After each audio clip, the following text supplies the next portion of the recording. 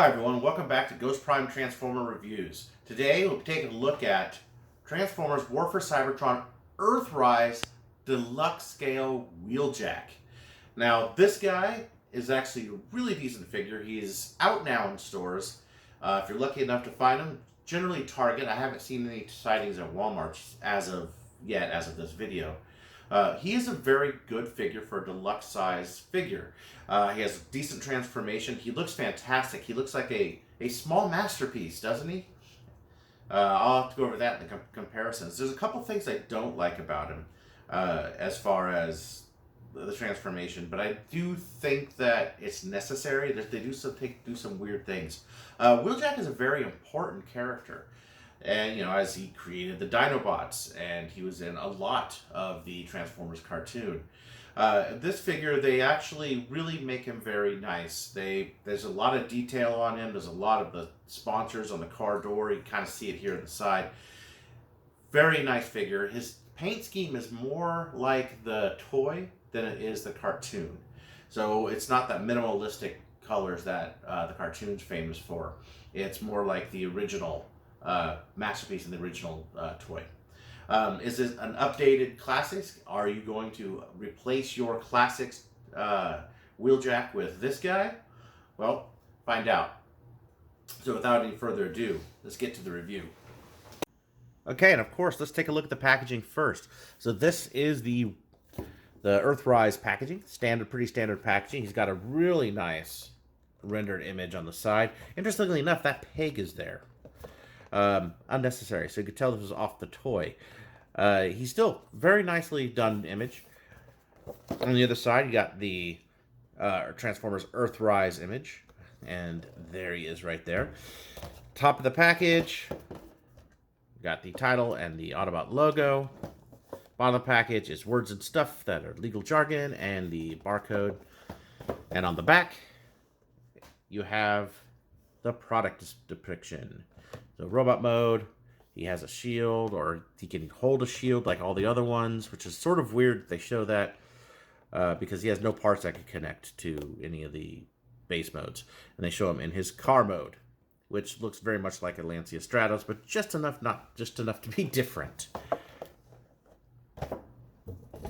And then inside his packaging, excuse the bright light, I have to get a filter over that. He does come with a decoder. Again, I haven't taken this one out, but if you look here, you can see it anyway. He does. I need the decoder to read that, but there it is right there. Anpilla? Anilla? For the decoder, I think they could have done this better. I would like to see tech specs personally. Again, it's just cardboard. And the instruction booklet. He is done in the standard style booklet for Earthrise and Siege. This is where you could put his weapon there. All the different transformation steps printed on both sides. And inside the packaging, you do get his weapon. That could be mounted on his shoulder or held in his hand via this peg. Now there is this hole in the back, and I'm not sure exactly where that goes to. Nothing says about it in the instructions. It's just there. I wonder if they're coming out with something that later this could be on the end of it. So that's something we could look out for. This peg is very unsightly. I do not believe they need it. They could have done everything with this little peg down here. But overall, it looks pretty good up until that peg. And of course, you also get Wheeljack himself. Let's take a real close look at that head sculpt, because that head sculpt, if you notice it, for those of you who have it, it looks very much like the Masterpiece head sculpt. Moving down, you can see his window here. Nice translucent plastic. Waist. Feet. Back of him. So he does have a bit of a bulky design. But he's unequivocally Wheeljack. He has some green showing up and some red showing up. It looks very good. You see the sponsors on the side. You see part of the car here and the back of the car here. On the back, his spoiler is actually the little wings here. But his design, he takes heavily from the Masterpiece. Definitely very heavily from the Masterpiece. In fact, before we get into any type of articulation or transformation, let's do some size comparisons and just some comparisons with some other Wheeljacks. Okay, to start out, here he is with Masterpiece Wheeljack. Now, I know I said that he gets his paint from the toy rather than the cartoon, but a lot of the cartoon styling show up on the actual toy. But maybe it's sort of a mix between the cartoon and the toy. It's very nicely painted. I really like this. He does have more detail than the Masterpiece in the arms and the upper legs here. Overall, though, it does borrow a lot from this. If you look, see if I get real close to these head sculpt, get the camera in focus here. See, they are incredibly similar head sculpts. So it does borrow the head sculpt from the Masterpiece. But there he is with the Masterpiece. All right, here he is with the Classics Wheeljack. As you can see, they're deluxe size, or they're about the same size, about the same head height. From the side, he does not have a backpack. He has a giant backpack, mainly because he shares his mold with Trax. So yeah, I mean, it's not so bad. This one definitely cleans up a lot better. You see the white. You can really see the white here. It's almost like a cream color instead of a bright white. I guess they did that maybe to match the green a little better, and maybe match with the red, because it does have a different, almost yellowish, creamish color. It's an off-white. And here he is with Generation 1 Wheeljack, the original guy. So he's quite a bit larger.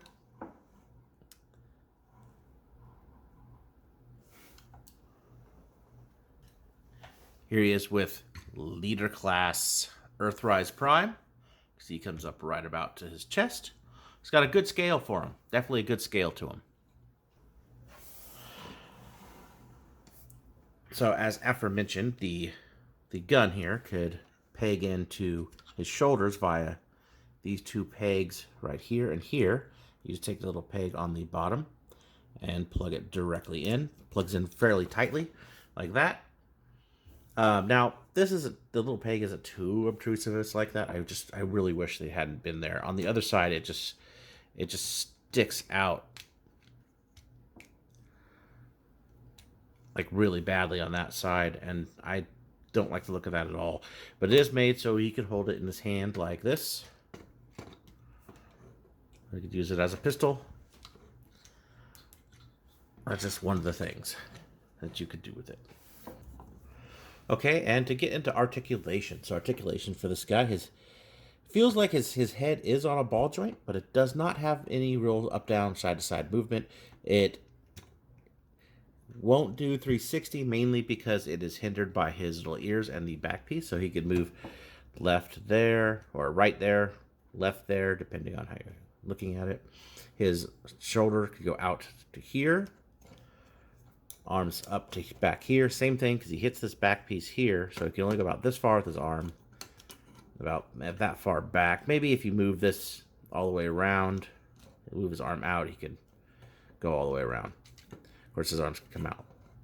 There, he does have a bicep swivel, which is not 360. It's 180, so it's just about halfway around there. And he has a elbow joint. So an elbow bends right there at 90 degrees. He does have a wrist swivel, which goes all the way around. For the waist, he's 360 at the waist. His legs do the full side splits. And pretty much all the way back. And all the way front. He has very large feet. So I don't know if he can stand up like that. I was trying. So let's see. He has 90 degrees at the knee. And his toe, due to transformation, can point down. And he does have ankle tilts. So he could do a full A pose. He also has a joint at the hip. So he could do a full 360 at the hip via the little mushroom pegs. So overall, his articulation is good. It's not super great, but it's good. Just because I showed it here, a couple things I don't like. They tried to put a little bit of like design work in there, if you can see it right in there. But he's hollow. He has very hollow legs. This whole piece here is very Combiner Warsy. Not something I really care for. So there is that. And it's kind of weird that his arm here is very thin on the back side. See, he looks very thin. It doesn't really affect anything from the... It's only from the side. It doesn't really affect anything otherwise. I understand why they did it.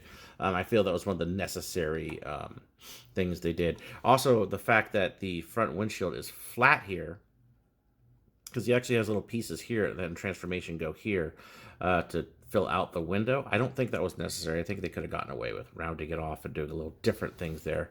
Although it doesn't look bad in person. I've seen it in other shots where I'm super not a fan of it. Okay, so to get into transformation here, he's not a hard transformation. He does have a couple really neat little tricks that I do like for his transformation. Of course, the arms turn this direction, and you line up the shoulders here, and this is the side of the car, and the fists get lined up with the side, because these are all the side panels of the car. These are become the back of the car. And the first thing I want to do is I move his toes down. And then, so for the leg, it has that Combiner Wars style. But first, you have to move the leg like this, and you have to really be sure to do this. If you try to do it, this piece won't directly go in. That is part of the windshield, and you move that up. And you do that for both sides of the leg.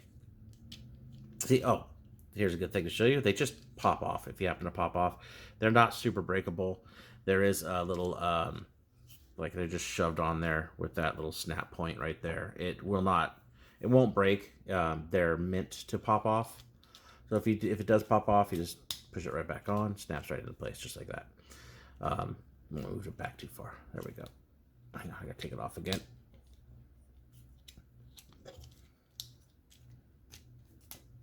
There. So then, once these are up, you can move the feet. Make sure the feet moved here and snapped in. Snap them straight. And you can move the legs like so. For either side. I apologize for the blurry camera. My camera is kind of crap. So make sure the foot's straight. For some reason, I have a trouble with mine going in that direction. So let's see if we can do it this way. Now, you see the windshield's here and the back is here, right? This actually comes up like so. And the whole body, you gotta put it forward, and the whole body swings around, lining everything up. Like that. So now you can see that. So there's two hinges here. This is on a free. This will spin freely from the rest of the body. So this is in the middle, and it spins freely around. Head inside, like that. Now the arm. So there's a couple things that work here. These pegs also peg into these little pegs here, so we can see them right there. So these go into here, and it won't work without it. So they move them up. Let's actually move that so you can see it a little better. Move them up like this, and put that peg in there. And also, so there's a peg here, right there on the side that pegs into there. So you move these down. You kind of got to find that peg. Let's peg it all together. We might as well move the spoilers now. Spoiler together. Other side, same as the last arm. Get it pushed in the... Oh, can't get that in there. There we go. That is a tight fit. And then back there, push it together. Make sure everything's all nice and tight. It does fit together nice and tightly. And there he is in his car mode.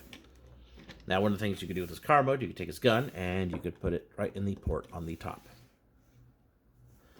So he rolls relatively well.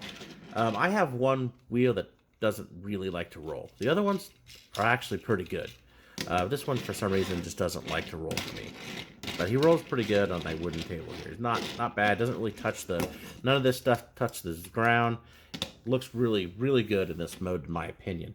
One of the things to look at is the detail on this side of called the sponsors. I mean, this is just really cool. Of course, they're not real sponsors, but I would like to know what this says. I could look that up. There's a Cybertron, CDN. It's very hard for me to read here. The modulator. What is it? The Axis. Little cool, very cool little sponsors there, and little Autobot logo right there. On both sides. I think that's really cool that they added a lot of that detail on there. Aerobolt here, Aerobolt there. I think that's something that I really enjoy, that really kind of sells this figure for me as a race car. So yeah, I mean, he looks really good. He definitely has that Lancia Stratos look without being an actual Stratos. The back of the arms do become the back of the car here. Very nice. Overall, I think it's a very clean looking. I like to leave this off. I think it's a very clean looking car mode. I'm really just in love with this car mode. It's very, very cool. Very nice looking. And for a size comparison, here's how he scales with Prowl, a Siege Prowl. So they're relatively the same size.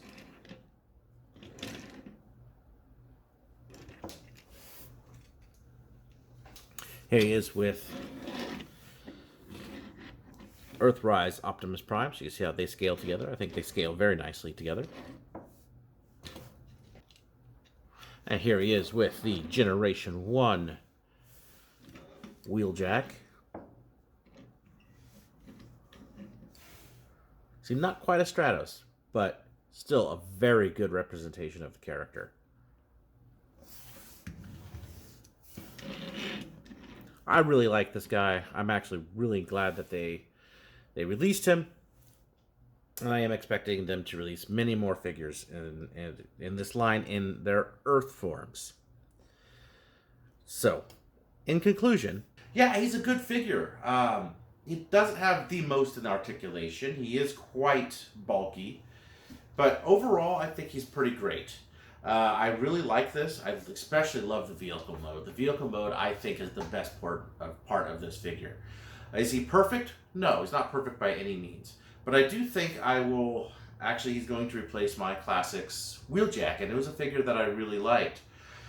So with that, they've done a very good job. The couple things, like I said, I don't like is the hollowness in the legs. I'm never a fan of this sort of a round mechanism for the knees.